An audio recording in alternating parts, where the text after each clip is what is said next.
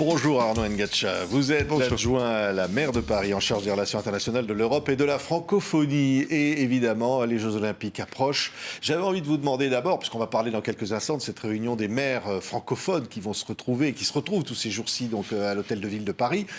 Est-ce qu'on va être prêt? Est-ce que Paris est prête aujourd'hui pour ces Jeux Olympiques? En tout cas, tout le travail est fait pour que la ville soit prête, pour que la France soit prête, tous les acteurs, que ce soit la ville de Paris, l'État, la région qui participe, également en Seine-Saint-Denis, tout le monde travaille de concert pour la réussite de cet immense événement qui va être exceptionnel. Ouais, donc vous balayez les arguments. On a entendu Rachida Dati, qui représente l'opposition à la mairie de Paris, qui a dit on n'est pas prêt, on est très inquiet, etc. Non mais Rachida Dati, elle fait de la politique politicienne. Je veux dire, moi ce que je trouve un peu dommageable, c'est qu'une personnalité de son envergure ne participe pas plutôt à se réjouir de ce grand événement qui va arriver dans la capitale française, mais dans la France entière. Je veux dire, pour l'instant, tout le monde concourt à ce que cet événement soit une grande réussite. Et moi, je suis extrêmement heureux que ces Jeux se tiennent à Paris. Dans un an, ça va être un moment magique. Oui, même s'il y a des appels à la grève, peut-être certains disent on pourrait perturber contre la réforme des retraites, on pourrait perturber les Jeux Olympiques. Laurent Berger l'a dit lui-même, les Jeux ne doivent pas être pris en otage. Donc je pense que la parole de Laurent Berger était très sage. Oui, donc pas de grève des éboueurs à Paris pendant les Jeux Olympiques, par exemple. Mais c'est un événement pour la France, c'est un événement pour les Français, pour le monde entier, pour la jeunesse. Il faut savoir, moi qui ai travaillé lorsque j'étais au ministère des Sports, comme conseiller de la ministre des Sports à l'époque, il y a maintenant 6 ans, sur ce projet. Ce projet, c'est aussi le projet d'une génération, d'une nouvelle génération qu'on appelle la génération 2024. Et c'est un projet qui doit embarquer la jeunesse. Et c'est ça aussi les projets des Jeux Olympiques. Et c'est donc pour toute cette jeunesse que ces Jeux ont aussi un intérêt très fort. C'est des Jeux de transformation de la société. Oui, alors des maires du monde entier, maintenant d'Afrique, qui vont venir à Paris, à Abidjan, Bamako, Dakar. Ils vont se retrouver, donc ce sont les maires francophones, l'Association internationale des maires francophones, qui réunit son bureau ces jours-ci à l'hôtel de ville de Paris. C'est la maire Anne Hidalgo qui préside cette association. Arnaud Ngacha, ça veut dire qu'au fond, Paris est une ville à ce moment-là francophone, mais quel message on envoie? Le message qu'on envoie effectivement à travers ce bureau de l'Association internationale des maires francophones qui va se tenir dans la capitale du 27 au 29 avril, c'est-à-dire la semaine prochaine, c'est un message que Paris continue à être l'interlocuteur avec toutes ces villes francophones. Vous l'avez, faut le dire, il va y avoir Dakar, il va y avoir Yaoundé, il va y avoir Douala, il va y avoir Phnom Penh, il va y avoir même Rabat, des villes invitées qui ne sont pas forcément francophones, comme Kiev, des villes invitées, Varsovie. Kiev qui est invité, Erbil qui est invité. Donc voilà, il y a énormément. Et la maire a voulu aussi des grandes villes européennes. Elle a invité le maire de Rome à être présent. Il y a Bruxelles aussi qui fait partie de la IMF, de l'Association internationale des maires francophones, qui sera là. Et le message, c'est que la francophonie, à travers la francophonie, c'est un partage de valeurs. Ces valeurs sont quoi? C'est des valeurs qui défendent la démocratie, une certaine idée de ce que sont les villes, c'est-à-dire des espaces de d'échange, de dynamisme, de culture. Et c'est tous ces messages que nous voulons faire passer. Et d'ailleurs, il y aura, lors de ce bureau, une table ronde qui traitera de la question liée à la démocratie, notamment avec l'immission des réseaux sociaux, on le voit bien, qui attaquent parfois les démocraties, qui attaquent les dirigeants des institutions, soit les villes, les États. Et donc on traitera de ce sujet des dangers des fake news notamment, et de tout ce qui peut pulluler sur les réseaux sociaux. Au fond, les maires francophones, Montréal sera là aussi. Ils disent aujourd'hui qu'il y a un véritable danger pour la démocratie des villes, en fait. Oui, on voit bien que, si vous voulez, les villes sont des espaces évidemment politiques, et puis c'est là où s'administre le bien commun des habitants, et donc on voit bien qu'elles aussi, elles sont attaquées, elles aussi, elles sont soumises à la désinformation, aux fake news sur le continent africain. Y compris d'intervention d'États étrangers. Évidemment, sur le continent africain, on voit bien, et on a bien conscience aujourd'hui de la désinformation, notamment de la manipulation qui peuvent qui peut venir notamment des Russes, mais également des Chinois sur le continent. Et évidemment, les maires sont aussi victimes de cela. Donc, c'est un sujet qui sera traité à l'occasion de ce bureau de l'Association internationale des maires francophones. Mais Arnaud Ngacha, il y a un sujet sur lequel vous intervenez, vous personnellement, ce sont les diasporas. Hein. Et effectivement, on se dit, voilà, Paris et les diasporas sont importantes, c'est-à-dire que les diplomaties de ville, pour les villes francophones en particulier, c'est absolument important qu'interviennent ceux qui vivent ailleurs. Tout à fait. Il faut d'abord savoir, Paris, c'est la première ville de la diaspora du continent africain. Donc, on a une responsabilité majeure à Paris parce que nous sommes la ville où il y a le plus de diaspora du continent africain. Et évidemment, c'est important de faire que cette diaspora puisse comprendre pourquoi nous investissons autant dans nos partenariats de coopération décentralisée avec les villes du continent africain.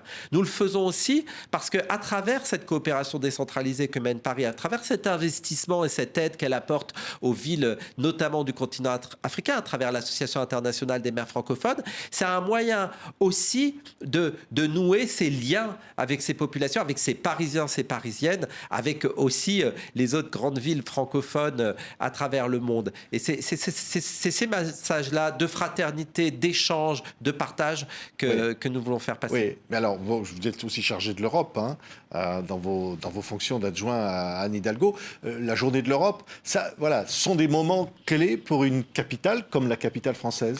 De la même façon, la fête de l'Europe qui aura lieu sur le parvis de l'Hôtel de Ville au mois de mai, c'est un moment pareil pour que les Parisiens puissent s'emparer de cet idéal européen, pour que les Parisiens, et notamment ces Parisiens qui, certains sont nés en Italie, en Espagne, en Pologne, qui aujourd'hui habitent dans la capitale française, participent à cet idéal européen à travers cette journée de l'Europe. Et c'est pour cela que nous le faisons. Il ne faut pas oublier que d'ailleurs les ressortissants européens peuvent voter aux élections locales, hein, et donc c'est important qu'ils se sentent impliqués dans la vie de leur cité. Et c'est ce que nous voulons faire passer. Un mot sur ce monument, hein, pour les Tutsis.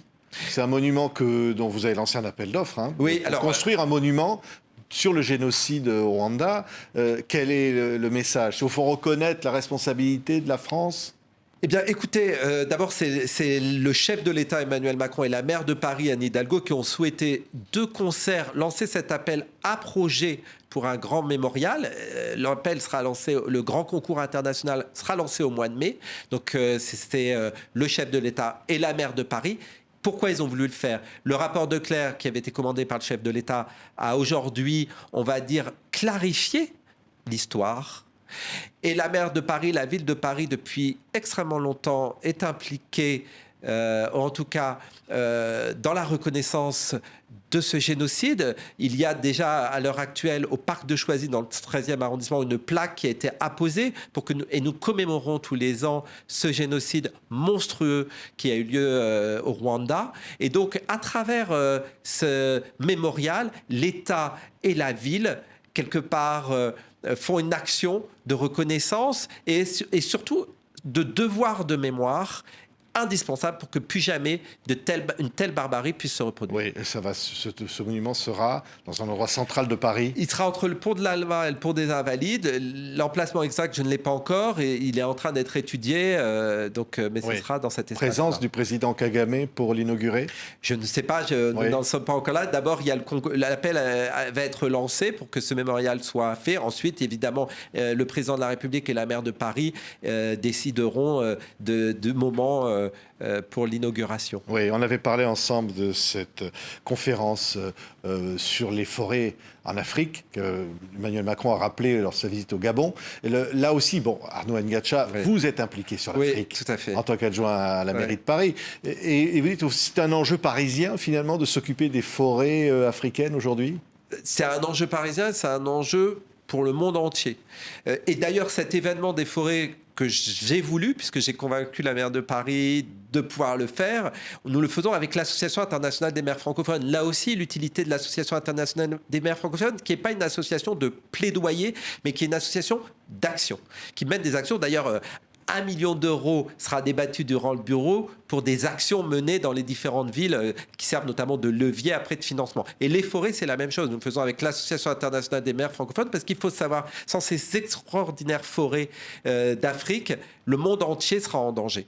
Il nous faut préserver ces bassins forestiers pour que nous puissions nous aussi continuer à vivre normalement. Dernièrement, il y a eu un rapport qui a dit que la capitale sera une des premières villes qui sera soumise à des températures de peut-être 50 degrés. Donc on voit bien que nous sommes au bord d'un précipice.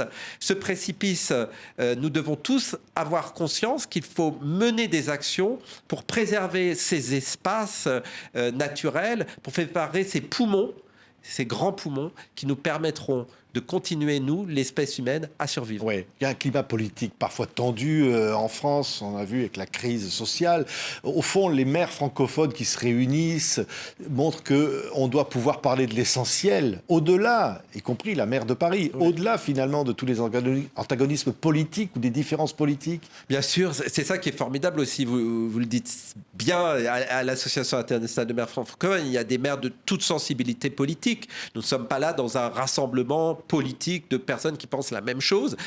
Chacun est élu et vient partager ensemble ce qu'ils ont en commun. Ce qu'ils ont en commun, c'est la francophonie et les valeurs de la francophonie. C'est pas à TV5 Monde que je vais rappeler quelles sont ces valeurs de la francophonie. C'est des valeurs de partage, c'est des valeurs de culture, c'est une langue aussi en partage qui est importante.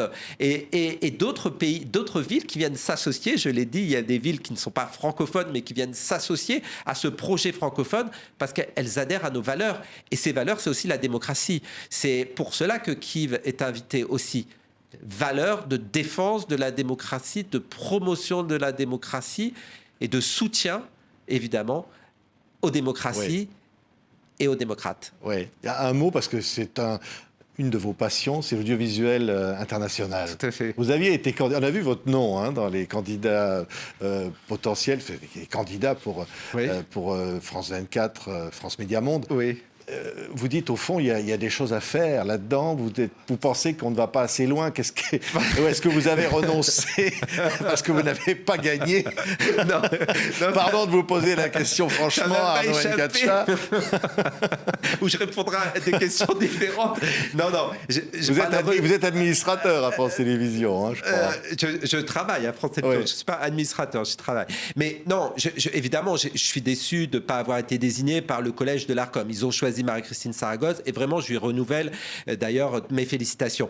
Mais évidemment c'est un projet exceptionnel sur 2 points. D'abord par rapport à ce rôle, à cette place de l'audiovisuel extérieur français, notamment sur le continent africain. C'était la priorité que j'avais donnée dans mon dossier, c'est-à-dire comment la France, à travers son audiovisuel extérieur, continue de façon positive à jouer son rôle sur le continent africain. Et ça me passionne parce que l'Afrique est le continent d'avenir dans le monde. Chacun le sait, chacun le joue. Et il y a toutes ces influences, j'en parlais au début de notre interview, russes, chinoises, voire d'autres, qui jouent aussi leur jeu de déstabilisation de ce que nous sommes, en plus en répandant on va dire, une réputation aussi parfois mauvaise de ce que nous sommes et de nos valeurs. Mais des États aussi parfois qui coupent RFI, c'est arrivé. Il y a des États qui contestent finalement la France à travers son média. Mais c'est une erreur. D'abord, les médias de l'audiovisuel extérieur, ce sont des journalistes comme vous. Ces journalistes sont des gens indépendants, ils n'ont rien à voir. Je crois qu'il y a une confusion entre ce qu'est un groupe audiovisuel extérieur, qui est le groupe audiovisuel de la France, qui évidemment, il y a les valeurs de notre République française. Mais c'est pas un média de gouvernement. Il y a des rédactions. Contrairement à ce qu'a pu écrire Twitter il n'y a pas longtemps. Mais pas du tout, ce n'est pas un média de gouvernement. Il y a des rédactions, ces rédactions sont indépendantes, les journalistes agissent de façon indépendante. Par contre, il y a des valeurs, et ces valeurs sont les valeurs notamment de la démocratie, les valeurs de respect des droits de l'homme, d'égalité entre les femmes et les hommes, et ça, ce sont des valeurs de notre République française. Voilà. Merci beaucoup. Arnaud Ngacha était notre invité aujourd'hui sur TV5 Monde, la chaîne de la francophonie. Merci. Merci.